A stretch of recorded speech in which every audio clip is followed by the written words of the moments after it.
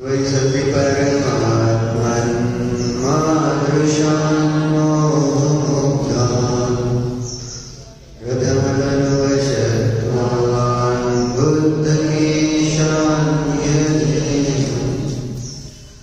सुगतमहरं वा गणेशं शिवं वा जितभावविवन्दे वासुरं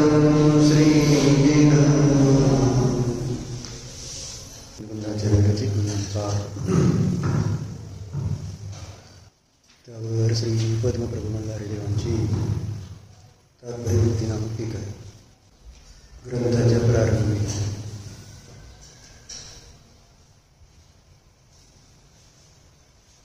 जे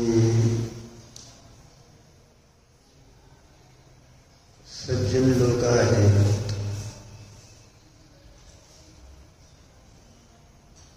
ते केलेल्या उपकारांना विसरत नसताना त्यांच्या प्रती आपली कृतज्ञता व्यक्त केल्याशिवाय राहत नाही.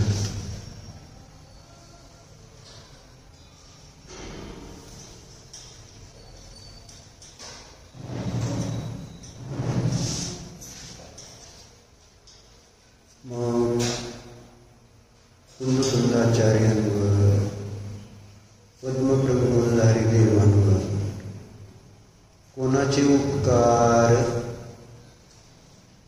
होते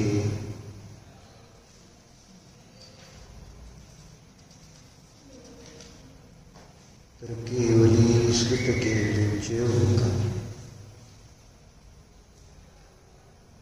काय उपकार केला गेला केवली आणि श्रुतकेवलींद्वारे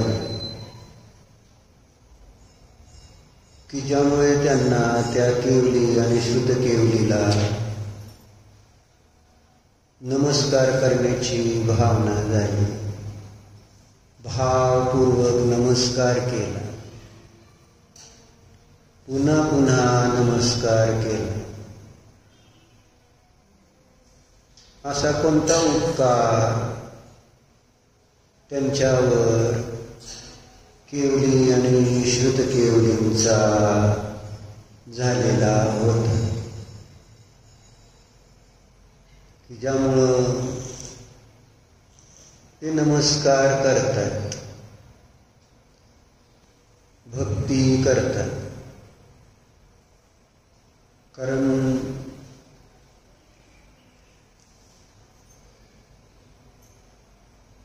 उपकारकर्त्याच्या प्रती सहजच ज्ञानींना कृतज्ञतेचा भाव येतोच. चांगल्या लोकांना त्यांच्याबद्दल बहुमान येतोच.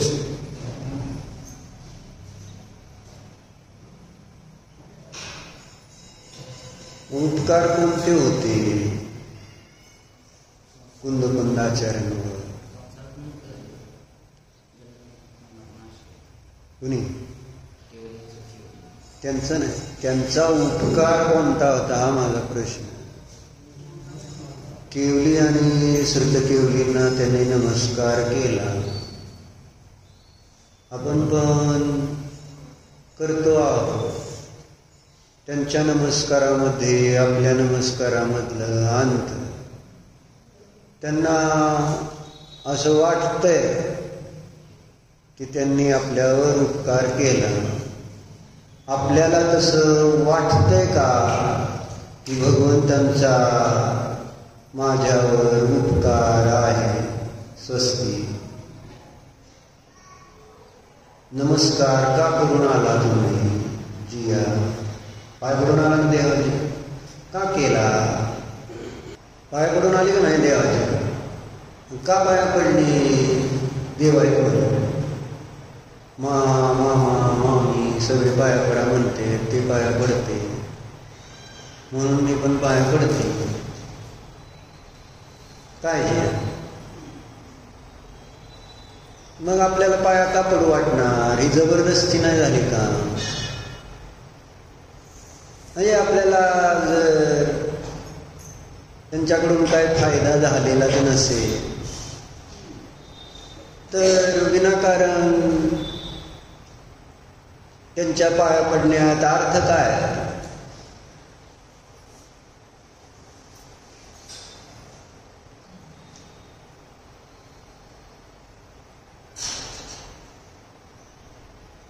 म्हणजे ते एक ओझं वाटणार नाही का? धर्म एक ओझं वाटलं का नाही?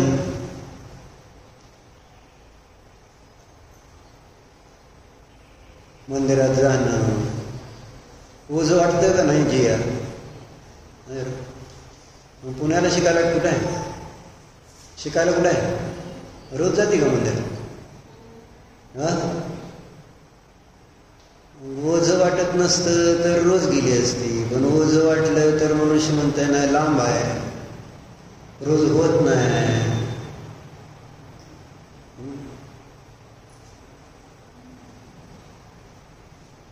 भूक लागल्यानंतर जवळ काही नसेल तर लांब जायला तयार आहे का नाही देवाला? भूक लागल्यावर जर जवळपास काय नसलं आणि तुम्हाला कळलं, कोणीतरी सांगितलं तिकडं ती चालू आहे खायचं, तर जाणार का नाही जाणार? काय जिया जाणार का नाही? असं होतंय का जाऊ दे राहू दे आता, रोजच भूक लागते, कोण एवढ्या लांब जायचं, असं म्हणून आपण जेवायचं टाळतो का? खायचं टाळतो. मंदिरात जायचं मात्र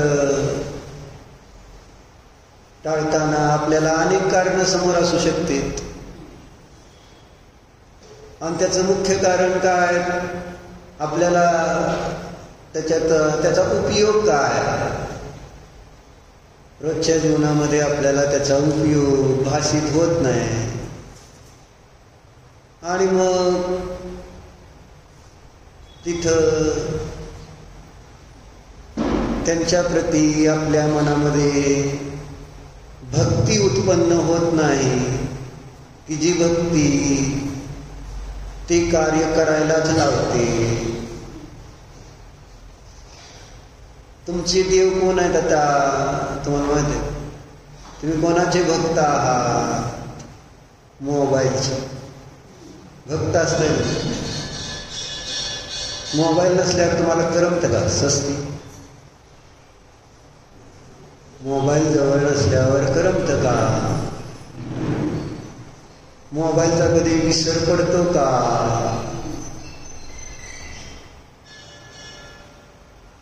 मोबाईल नसला तर चैन पडते का? काय ह्याला म्हणायची असती भक्ती.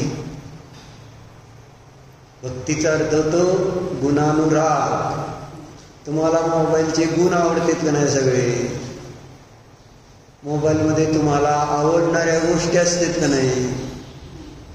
आणि त्यामुळं तुम्हाला त्या मोबाईलच्या प्रती, त्या मोबाईलला किती सांभाळून ठेवता तुम्ही? त्याला कवर घालणं, त्याला वर काचेला काय लावतात? स्क्रीन गार्ड लावणं. आणि त्याला किती सांभाळून ठेवतो आपण मोबाईल? कारण तुम्हाला त्याचे गुण माहिती आहे. त्यामुळं ते त्याच्या प्रती त्याला चार्जिंगला वेळच्या वेळेवर लावता नाही. सगळ्या गोष्टी त्या मोबाईलची काळजी, तशी शरीराची पण तशीच काळजी आहे आमची. शरीराचे भक्त, कारण शरीराकडून आपल्याला झालेला फायदा आम्हाला दिसतो. शरीराकडून आपल्याला काय फायदा होतो? शरीराकडून काय फायदे होते आपल्याला? पियुष पाहुणे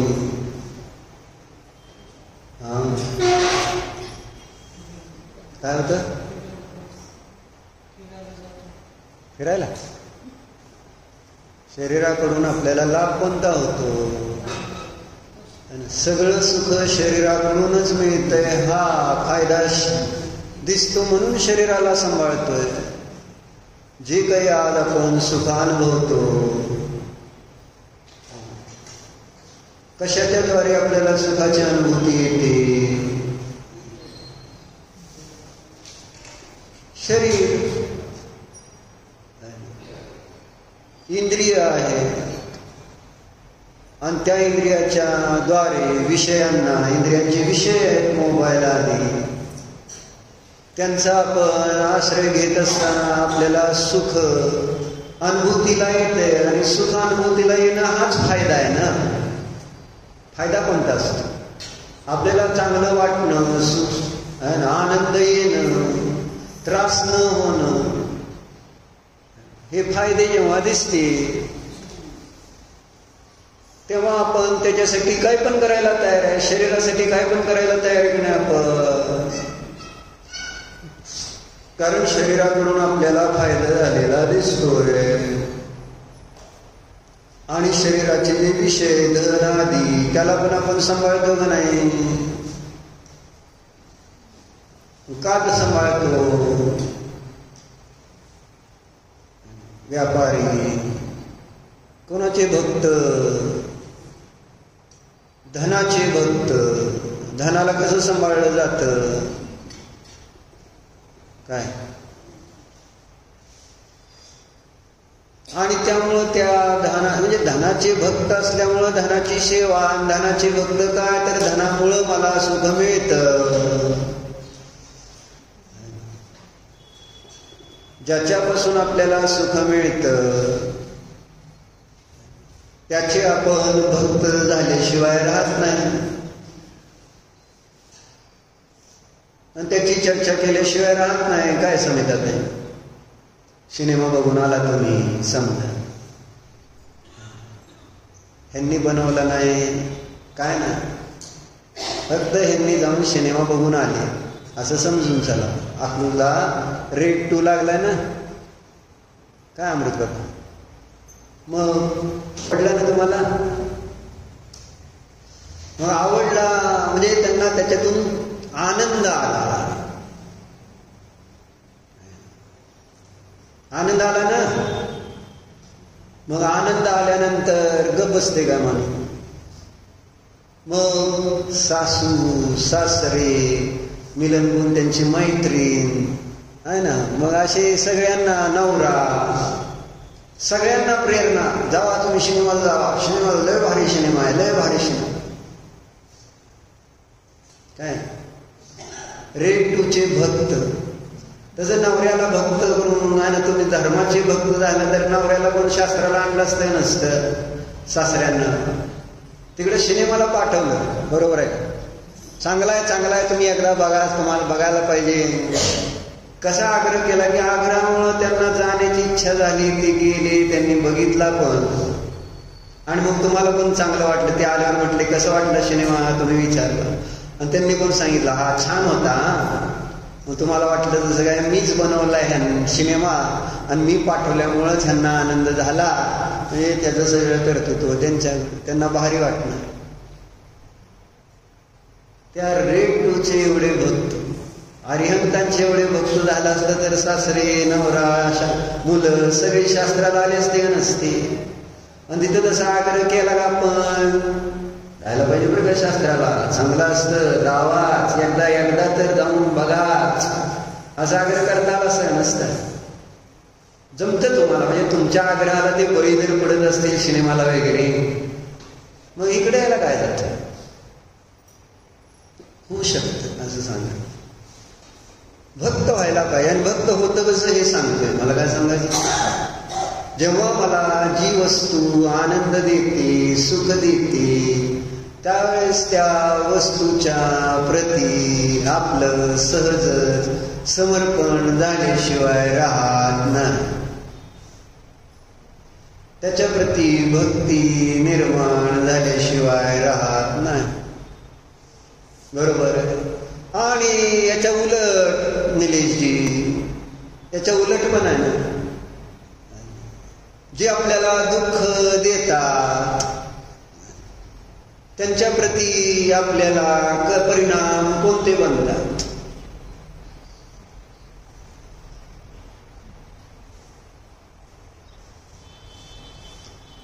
सुख दिलं तर त्याचे भक्त झाले, दुःख दिलं तर आपण काय होतो? मग त्याचे वैरी होतो. बरोबर. जे मला दुःख देणार त्याला मी असा वैरी मानून बसतो की तो पूर्वी माझा वैरी, आत्ता माझा वैरी, पुढे माझा वैरी, 3 काळातले वैरी समजून बसतो. कर्म वैरी नाही, धर्म मित्र नाही. आम्हाला मित्र शत्रू सगळेच बाहेरच, सुख देणारे सगळे.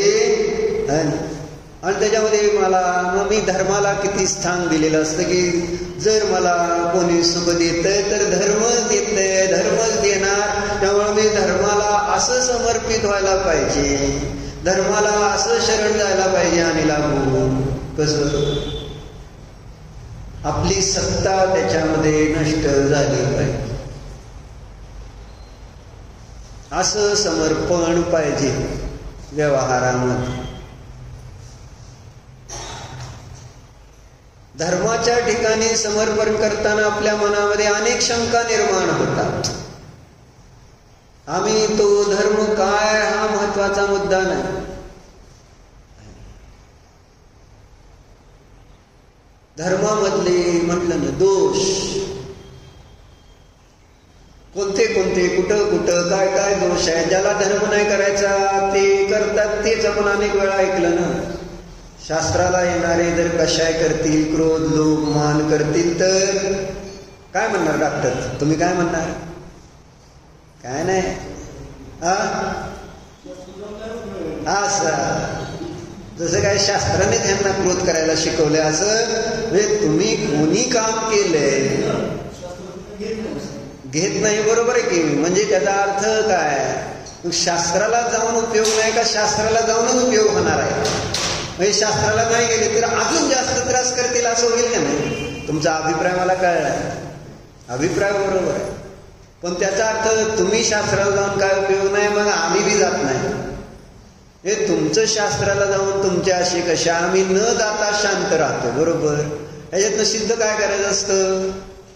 सिद्ध काय करायचं? शास्त्राला गेलं तरी काय लय नसतं, न जाता सुद्धा आम्ही शानी, असा पण एक अभिप्राय असतो का नाही? तुमचं नाही चाललं, एक सामान्य चर्चा चालली. जे शास्त्राला येत नाही सांगितलं तर मग अशा पद्धतीने जेव्हा बोलताय त्यावेळेस त्यांना म्हणायचं असतं शास्त्र वगैरे त्याने काय लय फायदा होत नसतो, आपलं मन चांगलं पाहिजे. आणि आमचं मन शास्त्राला न जाता सुद्धा चांगलं राहत असलं तर तुम्ही कशाला आम्हाला शास्त्राला पाठवताय? तुमचं शास्त्राला जाऊन सुद्धा मन चांगलं होत नाही तर कशाची प्रेरणा? शास्त्राला न जाण्याची, मंदिरात न जाण्याची, धर्म न करण्याची प्रेरणा. कारण मी करत नाही ना ते. आणि मी ते न करता माझ्या पूर्वीच्या कर्माच्या उदयात माझ्या कशाची थोडी मंदता आहे आणि त्यामुळं मला जरा व्यवहारात शांती दिसते. तुमची तुम्ही आहे ना केलेली स्तुती आहे. आणि तुम्ही दुसऱ्याच्या अपेक्षेने विचारले का कधी तुमच्यापेक्षा चांगल्या व्यक्ती ज्या आहे ना, जो धर्म करून त्या ठिकाणी समता भावाला प्राप्त होतो, त्याच्या अपेक्षेने बघितलं का की माझी जी शांती आहे, समता आहे ना, कशाची मंदता आहे ती खोटी आहे म्हणून, असं आपण कधी तुलना करतो? तुलना करायची असते केवळ आपल्या कशायांच्या पुष्टींसाठी. त्यामुळं जे आपल्या कशायांमध्ये बाधक होतं त्यांना आपण नावं ठेवल्याशिवाय राहत नाही. शास्त्रच का मध्ये आला असा प्रश्न येतो, धर्मच का मध्ये आला असा प्रश्न येऊ शकतो ना. म्हणजे शास्त्राला न जाणारे पण कशाय करतेत, गोंधळ घालतेत की पण असं म्हणायचं की शास्त्रात सगळं चांगलं सांगितलं आणि तुम्ही कसं काय करताय, असंच तुमचं म्हणणं आहे ना. बरोबर आहे. हो म्हणजे शास्त्र चांगलं असतं का नाही? मग मी माझा पुढचा प्रश्न, तुम्ही काय येत नाही शास्त्राला असं काय आपण जर विचारू शकतो ना? बरोबर आहे, मी जाते शास्त्राला पण मी काय चांगलं घेतलं नाही. तुम्हाला माहिती आहे ना शास्त्रात चांगलं असतं ते घेतलं पाहिजे तर शांती येते. मग तुम्ही का जात नाही असं जर विचारलं तर त्याचं उत्तर काय? तुम्ही का मंदिरात जात नाही असा प्रश्न विचारला तर उत्तर काय द्यायचं? म्हणजे अर्थ काय, मला जायचं नाही एवढंच अर्थ आहे त्याच्यात. प्रमाद असतो. आपल्या पुण्याच्या उदयात कशांची मंदता असताना होणाऱ्या आपल्या ज्या थोड्याफार क्रिया ज्या आहेत त्या क्रियेचं, त्या कशांचं आपण केवळ पोषण करत असतो. कुणी आपल्या कशांना कशाय मानायला तयार नाही. आणि इथं कशाचा अंश सुद्धा वाईट सांगितलं. परमाणुमित्तयं पियुरायादीनं विद्यते जस्स असं आचार्य म्हणतो. परमाणू मात्र एवढा राग, म्हणजे सगळ्यात छोटा पार्ट सांगितला. परमाणू एवढा थोडासा जरी राग राहिला तरी त्याला सम्यक दर्शन होत नाही. बोला. आणि इथं मी माझ्या किती मोठ्या मोठ्या कशांची पुष्टी करत असतो. कशांना दोष मानलंच पाहिजे. कोणत्याही अपेक्षेने विचार केला तरी कशाय दोषच आहे. मग ते बाह्य कारण जी काही असतील प्रतिकूल, त्यामुळं माझ्या मनामध्ये कशा निर्माण झाले म्हणून त्या कशायांची पुष्टी करणं बरोबर आहे का? नाही, आमचं करणं बरोबरच आहे. मग असं करायला नको का? याच्या विरुद्ध माझं कर्म वाईट उदयात आलंय आणि त्या कर्माला नष्ट करण्यासाठी मी जास्त मोठा धर्म करायला नको का? व्यवहारामध्ये माझी बुद्धी कितीतरी प्रकारे चालते, त्याच्यावर चिंतन चालतं आणि लक्ष सगळं पराचं ठेवून आपण आपलं आहे ना दुःख दूर करण्याचा प्रयत्न करतो. पराच्या लक्षाने कोणाचं दुःख आजपर्यंत दूर झालं नाही आणि आजही होत नाही आणि पुढेही होणार. बघा किती तुम्ही है ना ते तेल म्हटलं ना, वाळू किती रगडली तरी निघणार नाही, पाणी घुसळलं तर लोणी निघत नाही. तसं बाह्य गोष्टीतून सुख आणि दुःख नाही. म्हणून बाह्य गोष्टींना जे सुख देतात त्यांना जवळ करणं, दुःख देतात त्यांना दूर करणं, हे त्या ठिकाणी जे आम्ही सुख दुःखाचे उपाय मानले हेच तर आपल्या मूळ दुःखाचं कारण आहे. म्हणून भजनामध्ये आपण अनेक वेळा ऐकलं, काय म्हणलंय वर्णिजींनी, सुख दुख दाता कोई न मोह राग रुष दुख की खान, निज को निज पर को पर जान, फिर दुख का नहीं लेश निदान, स्वतंत्र निश्चल निष्काम ज्ञाता द्रष्टा आगम. काय सुख दुःख दाता, काय म्हणते सुख दुःख दाता कोई ना. बरोबर आहे.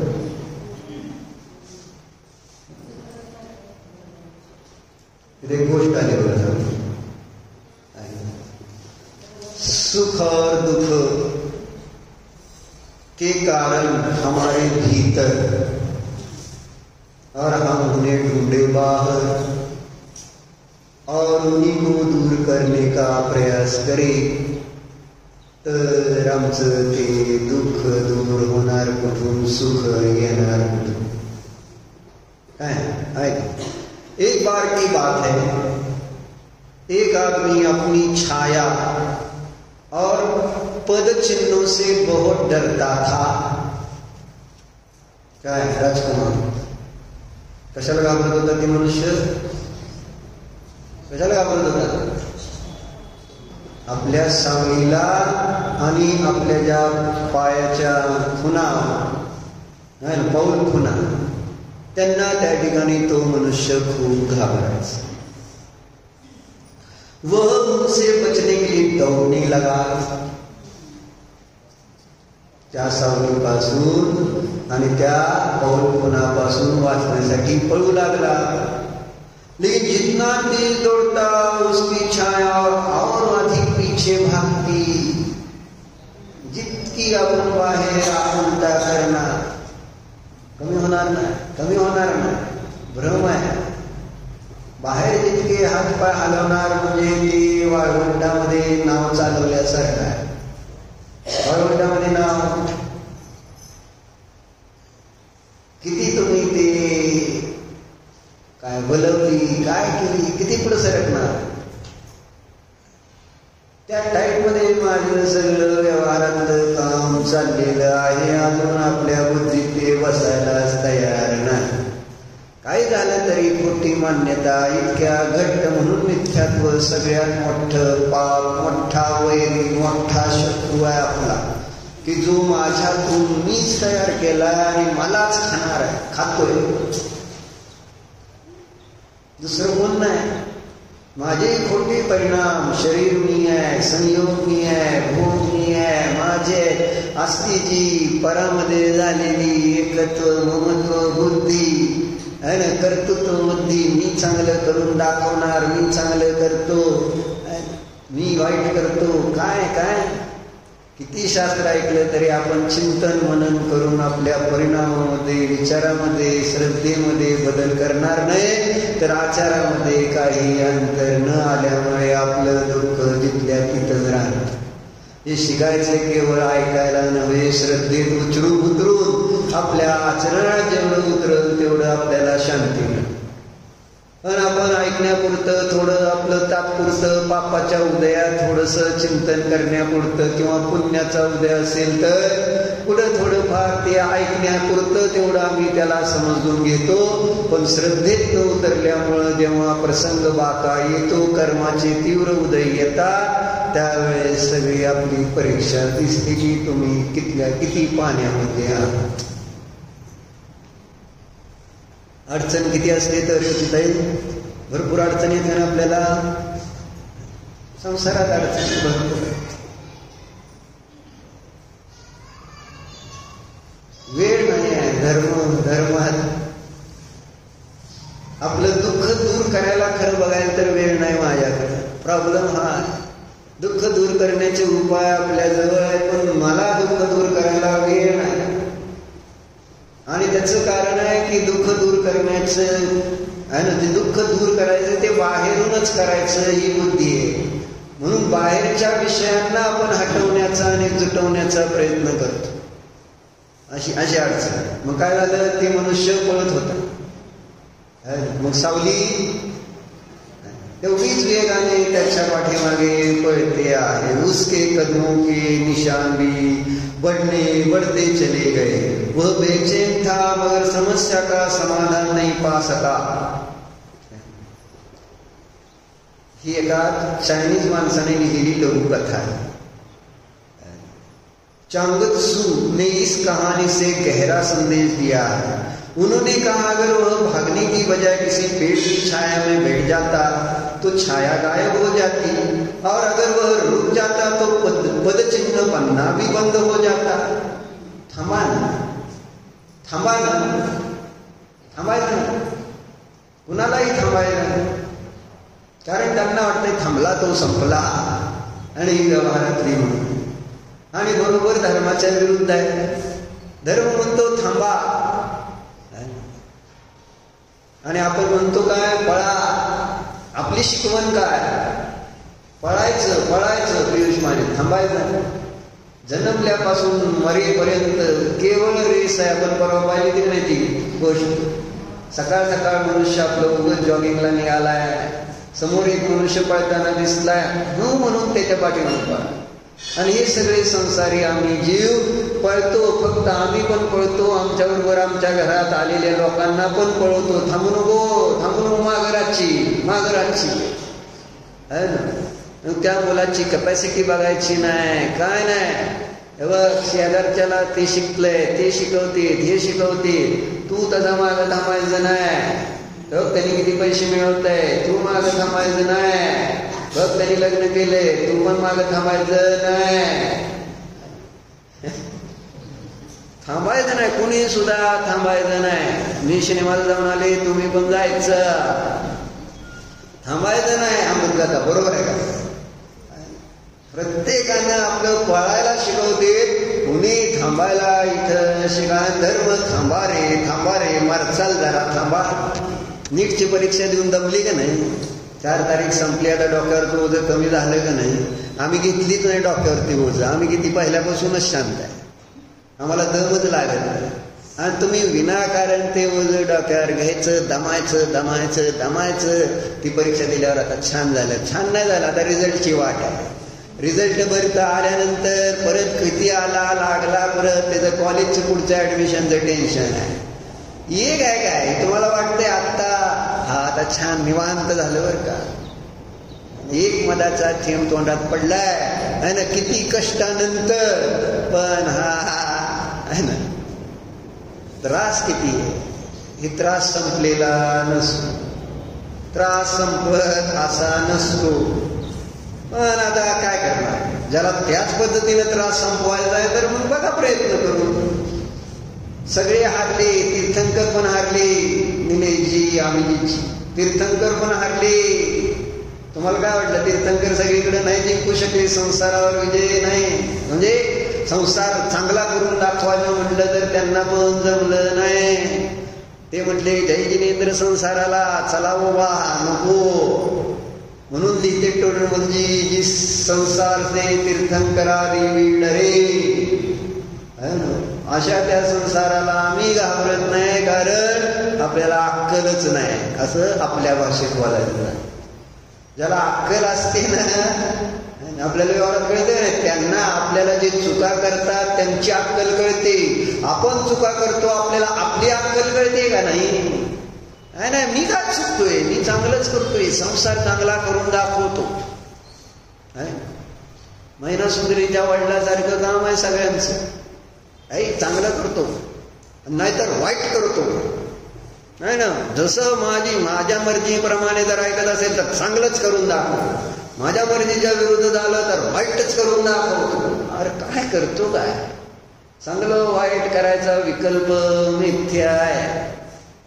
परिणाम विशुद्ध ठेवा. कोणाचं पराचं काम करतो म्हणलं तर त्याच्यासाठी लागतं पुण्य आणि त्याची योग्यता. आपल्या इच्छा पूर्ण व्हायच्या, मला वाटलं रे होती त्याने जावं, नाही माझी इच्छा पूर्ण झाली म्हणजे माझं पुण्य कमी आहे. त्यांचा दोष आहे का ते नाही गेले म्हणून? दोष त्यांचा नसतो. दोष मी दुसऱ्याचा पाहत राहिलो तर माझं दुःख संपणार नाही. दोष माझा आहे, माझी इच्छा पूर्ण व्हायची तर मला माझा धर्म वाढवावा लागेल. कारण जो धर्मी आहे त्याच्याच सगळ्या इच्छा व्यवहारात पूर्ण होताना दिसतात. काय तुमची इच्छा पूर्ण झाली का नाही समजत आहे? जाऊन आली का नाही सगळे? आहे ना, धर्म केल्यामुळं आहे ती. माहिती आहे, अजून तुम्हाला इच्छा पूर्ण करायची असतील तर अजून धर्म करा. असं चर्चा कशासाठी चालली होती? थांबायचं हे सांगितलं ना. काय सांगितलं इथं? उन्होंने कहा अगर वो भागने की बजाय उस सन किसी पेड़ की छाया में बैठ जाता तो छाया ही नहीं दिखती ना. सावलीला घाबरत होता, आपल्या पाऊल चिन्हांना घाबरत होता आणि त्यामुळं पळत होता. पळत सुटलेत सगळे. मृत्यूला घाबरून, कुठल्याही बाहेरच्या कारणांना घाबरून पळताय. अरे पळता कुठं? रक्षकच भक्षक झाले. माहित आहे ना, अडचण अशी झाली. मग जितना तेज दौड़ता उसकी छाया आदि उसके पीछे भागती, उसके कदमों के निशान भी बढ़ते चले गए. वो बेचैन था मगर समस्या का समाधान नहीं पा सका. है ना? इस कहानी से गहरा संदेश दिया. उन्होंने कहा कि अगर वो भागने की बजाय किसी पेड़ की छाया में बैठ जाता तो छाया गायब हो जाती और रुक जाता तो पद चिन्ह बनना भी बंद हो जाता. आपले गुरु थांबले, आपले देव थांबले, नाही थांबलेत का नाही? पण आपण त्यांना बघून थांबतोय का? थांबलं पाहिजे, थांबलं पाहिजे, कुठंतरी थांबायला शिकलं पाहिजे. त्याच्यासाठी श्रावकाला अनुव्रत सांगितले, मुनींना महाव्रत सांगितली. हे थांबण्याचा प्रकार आहे. आणि जेव्हा आम्ही अनुव्रत महाव्रत धारण करत नाही, याचा अर्थ मी पळतोय पळतोय पळतोय, दम लागलाय, त्रास होतोय, थांबायचंय आहे ना. पण थांबू देतील का? जसं ती वारीमध्ये गर्दी असते, पुढचा मनुष्य थांबला तर काय होते है ना. किंवा रस्त्यामध्ये आपण एखादा मित्र भेटला आणि आपण रस्त्यात गाडी थांबून बोलायला लागलो, मागणं गाड्या पी पी पी पै करतेच का नाही. चला की का थांबलाय? थांबायचं नाही. तुम्ही दमला असला, तुम्ही कंटाळा असला है ना, थांबायचं का शीतल काका? थांबायचं नाही. वय झालं तरी थांबायचं नाही है ना. पोरगा गावाला गेला तरी पळायचं आहे ना. जोपर्यंत छाती ऊर फुटत नाही ना तोपर्यंत पळायचं. आणि मरताना म्हणायचं, अरे काय झालं हे, कसं काय मी मारायला लागलो? अरे थांबायचं होतं हे विसरला तू. कुठं तरी थांबायचं. विचाराने तर थांबा, आचारामध्ये थांबणं हळूहळू येणार आहे. पण विचाराची गती ती तीव्र आहे, मनाच्या गती प्रमाणाची गती त्याला. म्हणजे आत्ता इथं मन आहे तर आत्ता कुठंतरी US मध्ये, UK मध्ये असेल, कुठं घरी असेल, कुठं दुकानात आहे, कुठं आहे मन? कुठं आहे? इथं राहते. मनाची गती किती तीव्र, थांबत नाही. आणि म्हणून त्या मनाला लगाम घालायचं तर त्याचं साधन आहे एक मात्र धर्मच आहे. विचारांवर ज्यांच्या लगाम येतो त्याच्या आचारामध्ये पण लगाम येतो, संयम दूर होतो आणि त्याच्या जीवनामध्ये कायमची शांती, समाधानकारक ते चारित्र्य समता भाव रूप असते. थांबणार पळणार चारित्र्य म्हणजे काय? आकुलता, शांती, हेच. मग यह कहानी हमें बताती है कि जिन चीजों से हम डरते हैं उनसे भागने से समस्या और बढ़ती है. हमें रुक कर उनके कारणों को समझना चाहिए. संत कहते हैं दुख से डरने की जरूरत नहीं है. अगर तुम दुख को पहचान लोगे और उसे गहराई से देखोगे तो समझ पाओगे कि दुख तुम्हारे भीतर से पैदा होता है. कुठून उत्पन्न होत असतं दुःख? राजकुमार, कुठून दुःख उत्पन्न होत? थांबून बघितल्याशिवाय जाणार कसं आहे? पण आपण थांबून न थांबता त्याला दिसणार नाही. झाडं थांबली ती कळणार नाही. मी पळतो त्यावेळेस झाडं बाहेर रस्त्यावरून आपण गाडी चालली त्यावेळेस झाडं पळत असेल का नसते? झाडं पळतेत का नाही सांगा? आहे ना. तेच आहे ना प्रॉब्लेम. आम्हाला सगळं जग पळणारं दिसतंय कारण मी पळतो. थांबा थांबा. आम्हाला धर्म पण पळताना दिसतोय. यामध्ये थांबलेला धर्म, स्थिर धर्म, ध्रुव धर्म दिसत नाही. सगळे पर्यायामध्ये मूड आहेत. जी पळणारी पर्यायाचं स्वरूपच आहे अनित्य. आलं आणि जाणार आहे. येणं जाणं हा पर्यायाचा स्वभाव आहे. थांबणं हा पर्यायाचा स्वभाव थोडंच आहे. आणि आम्ही त्या पर्यायाला थांबवण्याचा आहे ना व्यर्थ प्रयत्न आहे. जसा तो राजा ज्याच्या गावातनं ती नदी वाहते आहे आणि त्या नदी पुढच्या राज्याला पाणी, जसं आपलं पाणी पाकिस्तानला जाते. आता आपण पाकिस्तानला पाणी द्यायचं नाही. त्या राजाने आपल्याला त्रास देते तर आपण द्यायचं नाही पाणी. असं म्हटल्यानंतर हा राजा रात्री, ती नदीची विशेषतः रात्री पुरटी, सकाळी पाणी व्हायचं त्याने. रात्री जाऊन त्यांनी त्या सिंहासनावर बसला की नाही राजा, सकाळी सगळे लोक घाबरायचे त्याला. हे राजाला राजाला राजाला गप बसा सावधान, मग राजाला वाटलं आपण सिंहासन आपलं, आणि आपण तलवार जर राजाने काढली तर अजून घाबरायचे लोक. मग ह्याने रात्री त्या कोरड्या पात्रामध्ये जाऊन सिंहासन उभा केलं आणि ठेवा म्हणले, आणि तलवार बाहेर काढून उभा राहिला. फक्त म्हटलं आता ही नदीचा प्रवाह सकाळी आता पुढे जातोयच कसा काय डॉक्टर काय. आता सगळ्यांना कळतंय काय होते, तुम्हालाही कळलं असेल. आणि सकाळी पाण्याचा लोंढा जोरात आला. राजाने तलवार काढली आणि हुकूम दिला, नदी थांब, पाण्याने पडायचं नाही. असं का? नदीने ऐकलं असेल, थांबली असेल नदी. काय झालं? त्या नदी बरोबर त्या सिंहासनासहित राजाने मस्त तलवार हवेत हलवली, पाण्याला असं तसं केलं, पण गटांगड्या खात खात राजा दयात गेला. पर्यायाचा प्रवाह थांबवू नका, मूर्खता आहे ना. पर्यायाबरोबर आपल्याकडं अनेकांतात्मक वस्तूचा स्वभाव सांगितलाय. एक ध्रुव धर्म पण आहे, त्याचा आश्रय करा. हेच महाराज अम्माने आम्हाला पुन्हा पुन्हा सांगून त्याचा आश्रय घेण्याचा उपदेश दिला. ध्रुवाचा आश्रय घ्या, ध्रुवाचं ध्यान करा. स्थिर वस्तू आहे, फक्त बदलणारी जी आहे तीच मी आहे असं नाही. बदलणाऱ्या वस्तूच्या माग नका, ध्रुव वस्तूच्या आश्रयाने राहा, तर मला शांती राहील. जी पर्याय ध्रुवाचा आश्रय घेते ती पर्याय ध्रुव होऊन जाते, साधी अनंत काळासाठी सिद्ध होऊन जाते. म्हणून काय सांगितलं परत एकदा ऐका, हमें रुक कर उनके कारणों को समझना चाहिए. थांबा जरा, थांबा जरा, थांबा. पण आवेग इतका, कशांचा वेग इतका, जावाच नाही मला काय, जावाच, बरोबर आहे का? आणि जाणारे जातोच. वेग याला म्हणायचा वेग. थांबवता येतो का वेग? कुठल्याही बाबतीत तुला वेग थांबवत नाही. दुख से डरने की जरूरत नहीं है अगर तुम दुख को पहचान लोगे. ओळखा ना त्याला, ओळखा काय दुःख नेमकं काय, कुठं आहे दुःख. मी बाहेर शोधतोय, ते तसं करते, हे असं करते, ते तसं करते, म्हणून मला त्रास. कोण काय करते, कोण काय करते, मी याड आहे. मी इतका माझ्या एवढा मूर्ख कोण दिसणार नाही जेव्हा मला बाहेर लोक असं करतील आणि तसं करतील असं बघत असताना मी दुःखी होतो त्यावेळेस.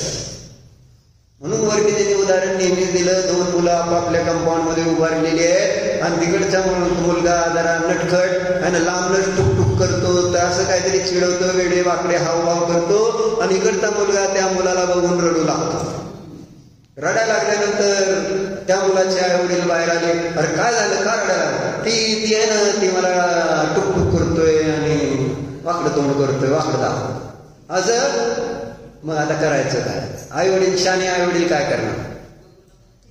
तू चलला का घरात, चलला ना, तुला काय प्रॉब्लेम काय? घरात आलं तर तुला कोण टुकटुक करणारा दिसणार नाही, वाकडं दाखवणार नाही, चल घरात. बरोबर आहे. उपाय काय डॉक्टर? आणि जर समजा ते आई वडील काय केले, हे माझ्या पोराला काय टुकटुक वाकडं दाखवतोय कळतं का, त्याला जर शिवाय द्यायला लागले, त्याच्या आई वडील पण असते, ते खाली येते, काय काय काय काय म्हणता माझ्या पोराला, माझा पोरगा इथं माझ्या इथं वाकडं दाखवलं नाही, तुमच्या पोराचं तुम्ही बघा की. माझ्या पोराला काय म्हणायचं नाही, हो म्हणून भांडण आई वडिलाची. बरोबर आहे. उपाय काय? त्याच्यामुळं संपणार आहे का? प्रश्न असा. प्रश्न आहे आपलं आपलं आपलं आहे ना, त्याला समजावा, त्याला त्याला आपलं परपर आपल्या हातात नाही. आणि तरी मी एफर्ट्स, माझे सगळे पुरुषार्थ, सगळं काय म्हटलं ना, सारी कायनात जुटाते, काय पण करूनच दाखवायचं. बघा, म्हणून जरा चिंतन करा, कुठून आले, कुठून स्रोत कुठं आहे, स्रोत कुणाला शोधायचा नाही. म्हणून म्हटलं सुख दुःख दाता होईना, मोह राग रुष दुःख, माझा मोह माझ्या दुःखाचं कारण आहे, तो मोह सोडा ना. नाही नाही, मोह पण ठेवणार आणि दुःख पण नकोय, आईशी विपरीतता संभव नाही. मोह ठेवून मला दुःख नको, इट्स इम्पॉसिबल. नाहीतर मग मोक्षाला जायचे प्रयोजन काय राहिलं? धर्माचं प्रयोजन काय राहिलं? तर मोहसहित सुख मिळायला लागल्यानंतर आचार्यांनी मोहाचं स्वरूपच दुःख सांगितलं. मोह आणि दुःख हे वेगळं नाही आहे. दुःख म्हणा नाही तर मोह म्हणा, दोन्ही एकच आहे. आणि मी म्हणतो नाही दुःख नको मला, मग मोह सोड. नाही, मोह नाही सोडणार. मोह न सोडता दुःख जर सोडत असलं सांगा बाबा, जमतंय काय कुणाला? असलं बघा, जिनेंद्र देवाकडे तर नाही हा उपाय, अजून संसारी देवांकडे ते उपाय असतात आणि ते सांगतात मग एकमेकाला, असं कर तसं कर तसं कर. अरे तसं कर नाही तर असं कर, त्यानं काही समस्या सुटणार नाही. तात्पुरत्या वाटतील पण समस्येचं कायमचं समाधान ते नाही. म्हणून गलतियां के लिए दूसरों को दोष देते हैं. एक संत के पास एक व्यक्ति आया, गोष्ट तयार का एवढं थोडक्यात सांगू. वह बड़े क्रोध में था. शायद हो सकता है कि घर में कुछ झगड़ा हो गया होगा. पत्नी से क्रोध से सीधा चला आया. काय होगा? पत्नी से क्रोध में सीधा चला आया. आकर आता बायकोशी भांडण करून त्या साधू महाराजांकडे आला होता चिडून. आणि आला, तिथं आल्यानंतर दरवाजा एकदम जोरात असा लाथ मारून उघडला, चांगला जोरात आपटला. काय इतने जोर से कि दरवाजा दीवार पर जाकर टकरा और क्रोध से ही जूते उतार कर फेंक दिए. असे बुट टाकून दिली. काय आहे ना त्या माणसं. भीतर गया, कुठे गेलं?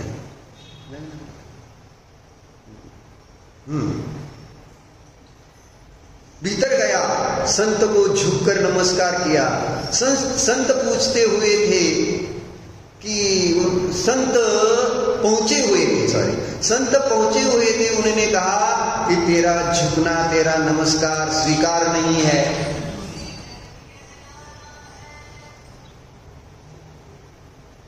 एकदा नीट, म्हणजे त्यांचं काय चूक नाही, असू दे. तर काय सांगू, एवढे फोन तर त्या इलॉन मस्कला पण येत नाहीत राव. ती पण बंद करून ठेवतो फोन मध्ये. हा सांगायचं काय होतं, एवढं आलं काय चिडलाय इंद्रजित आणि साधूला नमस्कार केलाय.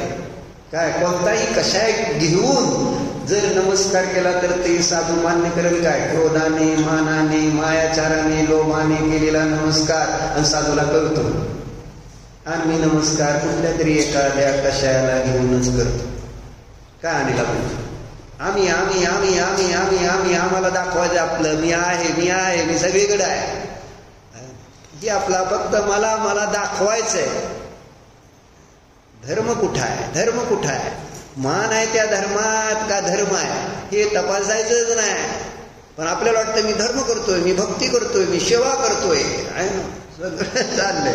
मनाला जरा शांततेने बसून एक एक गोष्टीवर इंद्रजित विचार करण्यासारखा असतो. आणि म्हणून तिथं साधू काय म्हणला, तुझा नमस्कार मला स्वीकार नाही. मग तू पहले जाकर दरवाजे से क्षमा मांग और जूते पर सिर रख और क्षमा मांग. आणि त्या दरवाजाची पण माफी माग आणि त्या बुटाची पण माफी माग, असं साधूने त्याला सांगितलं. काय ऐका आता थोडक्यात वाचून मोकळं करतो तुम्हाला. का उद्या वाचू 10 वाजता.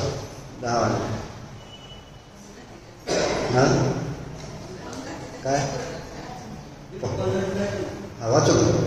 वाचतो आहे का? मी जर सांगायला लागलो तर थांबा म्हणा, विश्लेषण करू देऊ नका.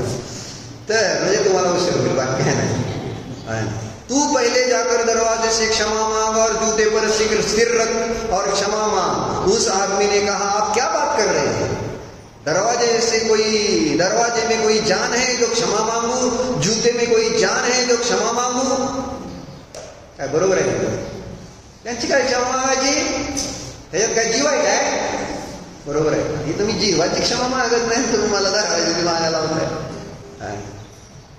बरं, इथं वेगळ्या पद्धतीने समजावून सांगितलंय बघा. साधू म्हणले, संत ने कहा, तुम जब इतने समझदार थे तो जूते पर क्रोध क्यों प्रकट किया? दरवाजे पर क्रोध क्यों प्रकट किया? दरवाजा क्यों पटका? जर तुला कळते किती जीव नाही, मग त्याच्यावर तू का क्रोध काढला? जर क्रोध काढलाय तर क्षमा मागितली पाहिजे त्यांची. असं उत्तर. तो दरवाजे को इतने जोर से धक्का क्यों दिया? दरवाजा कोई तेरी पत्नी है? तू जा. जब क्रोध करने के लिए तूने जान मान ली दरवाजे में और जूते में, जिन वस्तुओं पर तुम क्रोध कर सकते हो उनसे क्षमा मांगने में क्यों हिचकिचाहट? जर तुम त्याच्यावर क्रोध करू शकता तर त्याच्यावर तुम क्षमा पण मांग, है ना. वह व्यक्ति जूते और दरवाजे से क्षमा मांगने गया और तब उसे एहसास हुआ कि उसका क्रोध सिर्फ उसके अपने भीतर था. उसने कहा कि क्षमा मांगने पर इतनी शांति मुझे पहले कभी नहीं मिली थी. संत कहते हैं नरक कहीं पाताल में नहीं है, यह हमारे भीतर की अचेतन अवस्था में है, और स्वर्ग कहीं आकाश में नहीं, वह हमारे भीतर की शुद्ध भाव दशा में है. हम ही अपने दुख और सुख के निर्माता है. जब हम अपने मन को साफ कर लेते हैं तो स्वर्ग का अनुभव होता है. इस कहानी से हमें यह समझने को मिलता है कि जीवन में कठिनाइयों का सामना कर, उन्हें स्वीकार कर हम अपनी आंतरिक शांति और सुख को पा सकते हैं. दुख और क्रोध हमारे भीतर से उत्पन्न होते हैं, उन्हें संभालना हमारे हाथ में है. क्या समझे? ओम नमः. ओ प्रभु मैं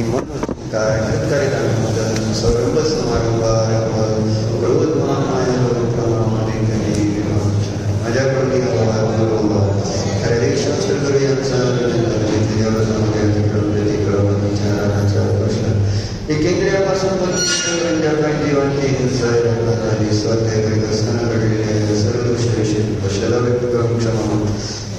हे माझे सर्व दोष मिथ्या हो, मी माझे मध्ये राहू. या सर्व दोषाविषयी मी प्रायश्चित्त.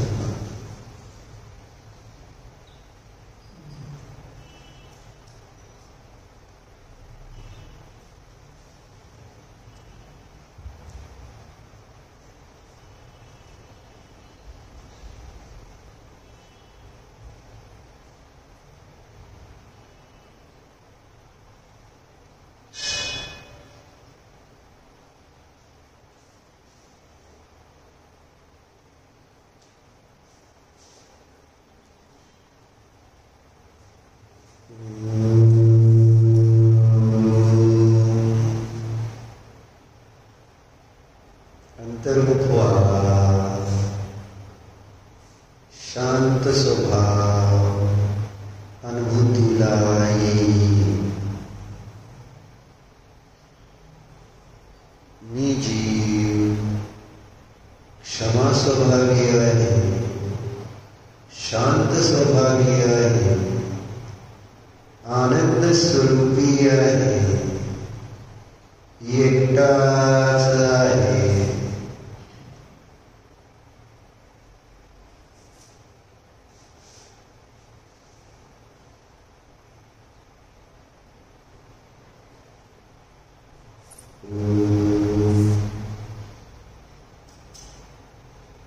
सर्जन